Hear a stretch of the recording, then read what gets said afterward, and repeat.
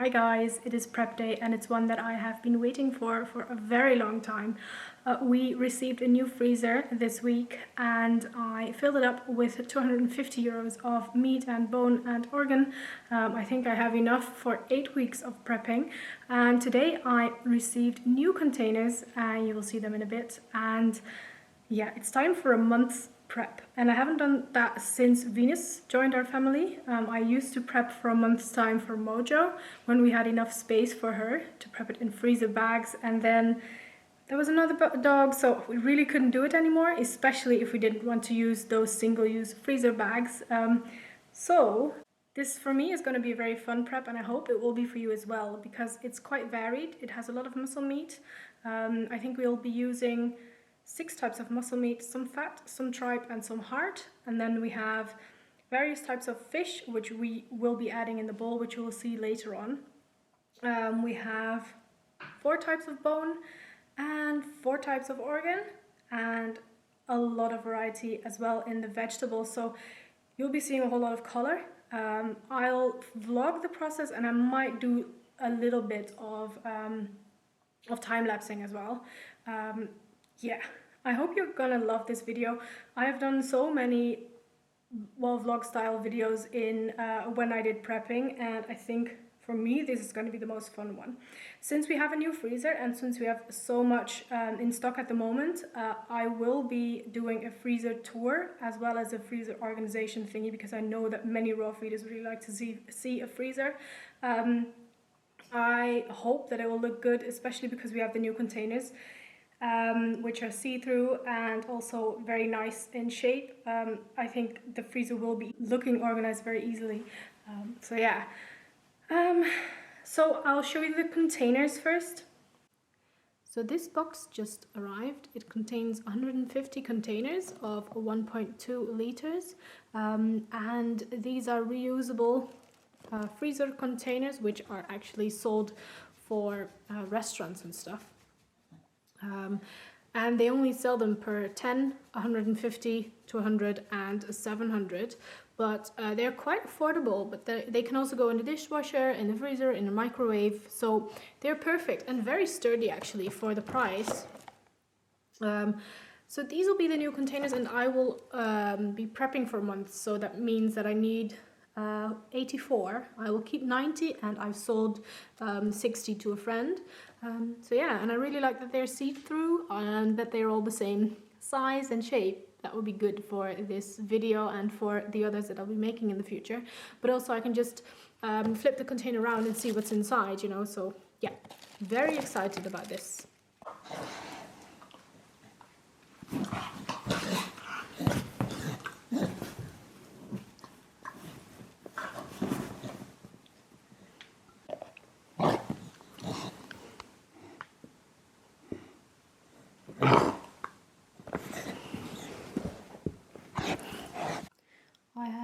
Cleared all of the surfaces that I'll be using.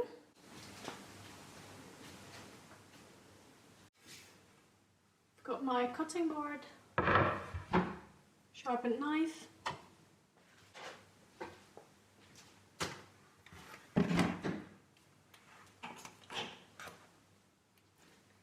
scales,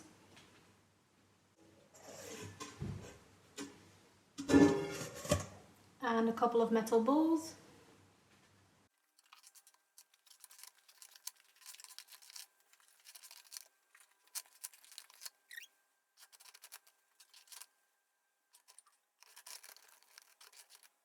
I've got all of the containers laid out. This is 28 containers for one dog, 28 containers for another dog. I think I might add a time lapse in the video and place the camera there on the tripod. And then the kitchen, well, we don't have a surface area here, so it's on the fridge, on the stove, and then some here, but another 28 containers for dog number 3. And this is the cutting station. Alright, so everything is ready to go. I'll let the dogs out, have a little walk, and then they will be roaming around for a couple hours while I do the prep. I usually do preps like this that take long on a day that they have not done a whole lot, because Mojo will not lay down. She will just follow me around for 3 or 4 hours straight, depending on how long the prep takes. So yeah, she will be sore because she has joint issues, but she loves it so much. So yeah, she doesn't do a whole lot other than that on a day like this. It's just too much for her. And Hunter, he did go to the forest this morning, but he's still very excited. He still doesn't really get this. He just goes to sleep. Mojo and Venus, however, won't leave me alone. If you want to see the freezer with the meals inside and all the other meat that's left, you'll have to wait for another video. But yeah, for now, this is today's prep. Here's my sleepy audience.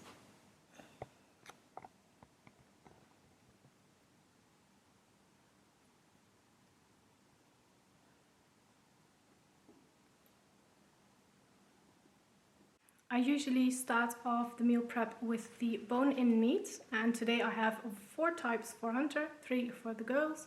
So along with wild roe deer ribs, some duck wings and organic chicken wing tips, Hunter will also be having some rabbit heads.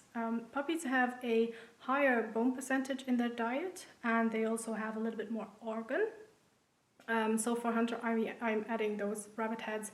They are very high in bone though, so he will only have 8, and on those days his calcium level will be a bit high, but on the other days it will be a little bit lower. So I will feed low bone the day after he has rabbit heads. So up first are the rabbit heads.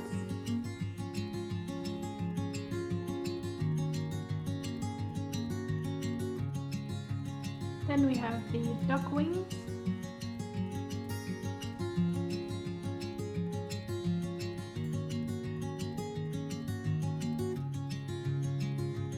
Then we have some game. These are roe deer ribs.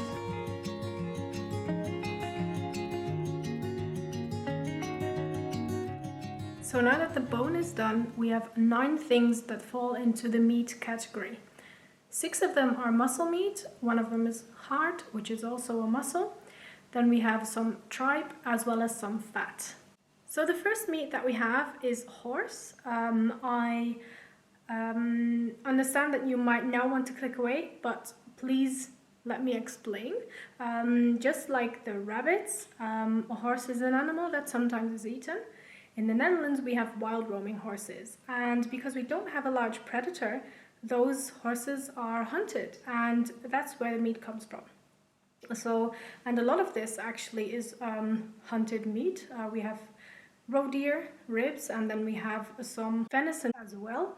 And I don't shy away from using horse meat if it's hunted. I don't really see a difference between horse and deer in that scenario. And I fully understand if you have a different opinion about that.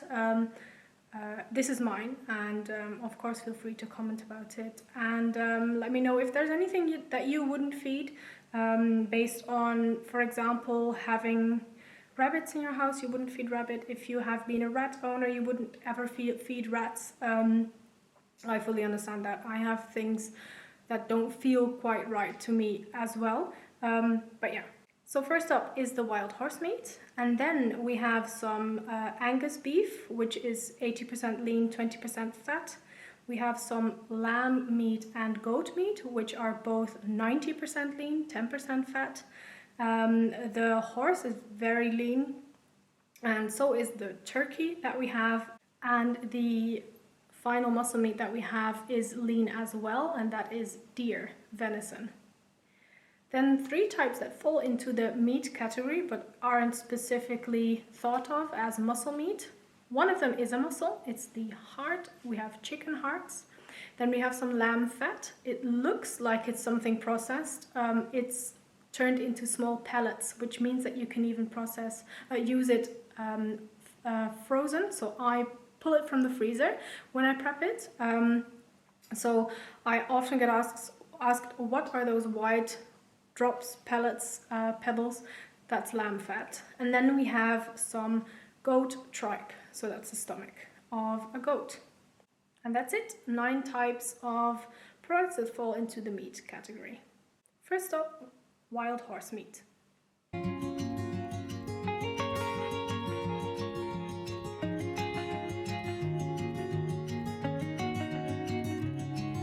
completely forgot about the chicken wing tips, so that's another type of bone-in meat, the 4th type.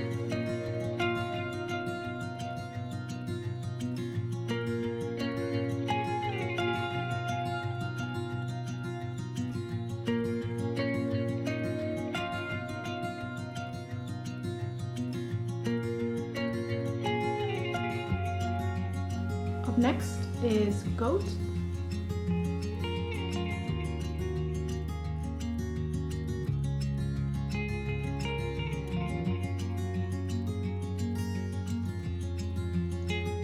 Then we have some venison.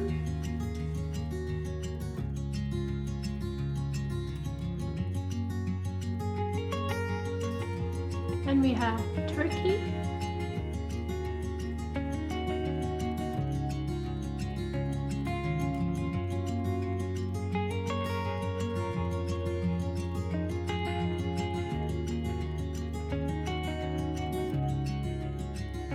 Here we have angus beef.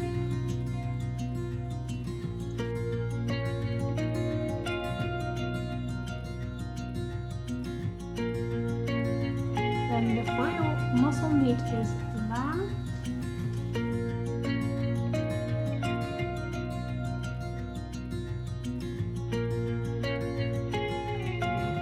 Then we have lamb fat.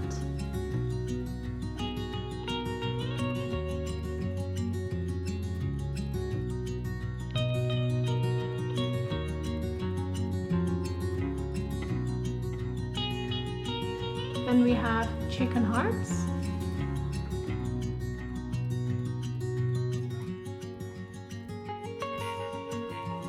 Here we have goat tripe.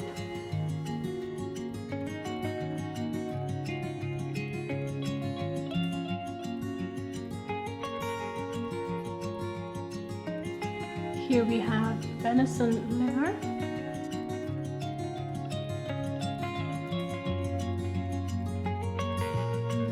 And here we have beef kidney.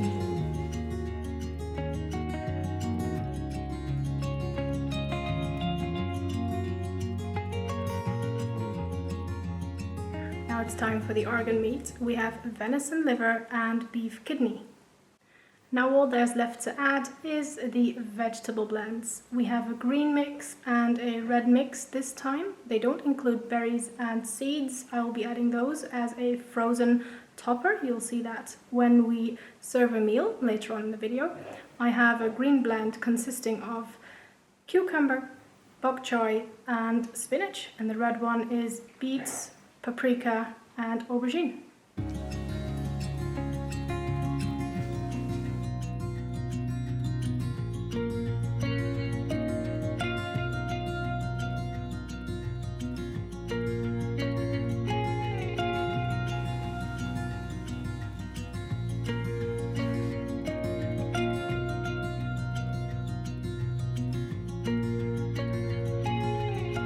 And that's it, 28 meals with a huge variety of meats, bone, organ and vegetable.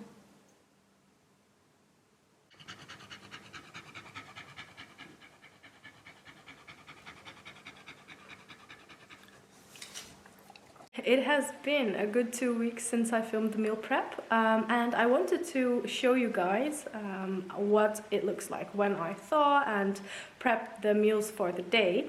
As you can hear, I have some throat ache. I'm not feeling too great. It's not COVID, by the way.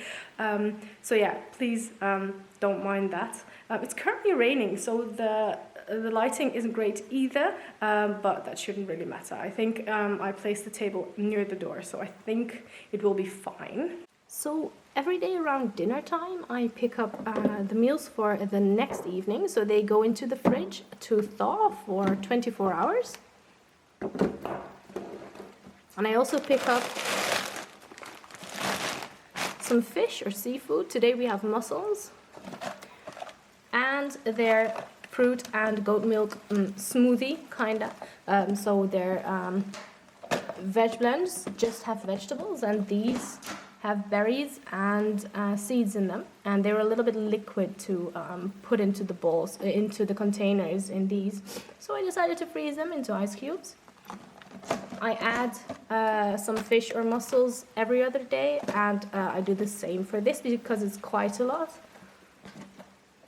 And then Jordi just fed Hunter by hand. He does a lot of hand feeding. It helps build the bond between dog and owner. So he likes to do that, especially because he leaves for work quite a bit. It's a nice way to keep the bond strong when he gets home every evening. So I've got the girls upstairs because they would be whining if I would prepare the dinner when they're here. So yeah, I'm gonna prepare Mojo's dinner now. As you can see, I didn't really follow the order, by the way. Oops. So let me put all of this in the bowl and then add some mussels and the smoothie, and that's Mojo's meal. I will also be topping it with some supplements, by the way, so you'll be seeing that as well. So here we have the chicken wing tips, one of the 3 bone-in meats that the girls had, and Hunter also had rabbit heads, by the way. Then this is a type of mussel meat. I don't recall which is in this bowl, but I can look it up in my my prep list. It looks like it may be the horse, I'm not sure. Or a combination of 2 even. Could also be goat, I don't know.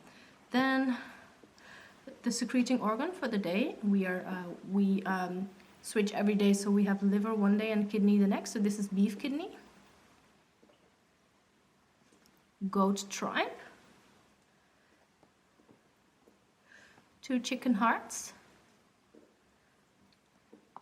Some lamb fat, and everything, it looks a bit gross and green. That's because they're having a green veg blend today.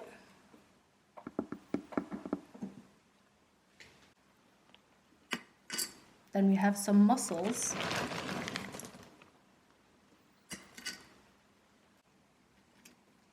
And the goat milk, berry and seed puree in a cube. And this is Mojo's joint supplement. That goes in.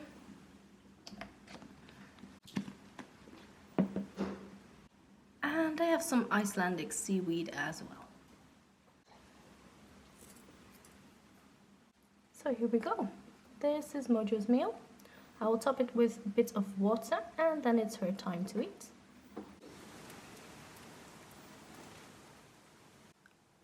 Yeah, so Mojo enjoyed the meal. I accidentally pressed the record button twice, so it didn't record. But you will see Venus eating after I finish making her meal.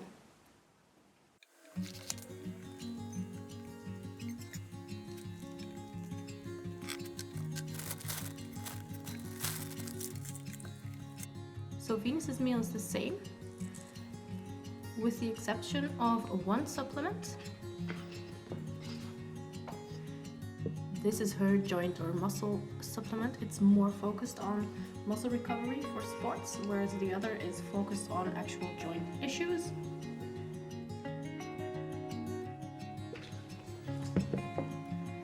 And there we go, Venus's meal. Also topping this off with water. I always like to add some water to their meals to hydrate them a little bit more. I mean, I wouldn't eat it myself, but it looks quite tasty. Right, Mojo?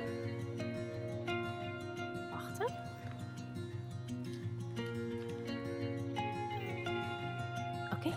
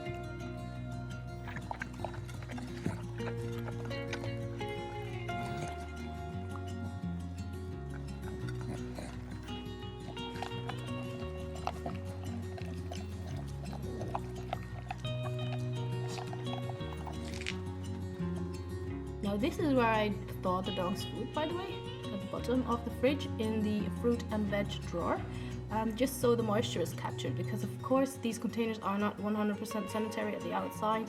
During the prep something drips along the side and don't always notice it, so when it thaws, the moisture on the outside, it will drip down, and sometimes there is a little bit of blood visible even. So I like to use this. We have two of these small fridges anyway, so the fruit and veg is in one and we have the dog food in the other.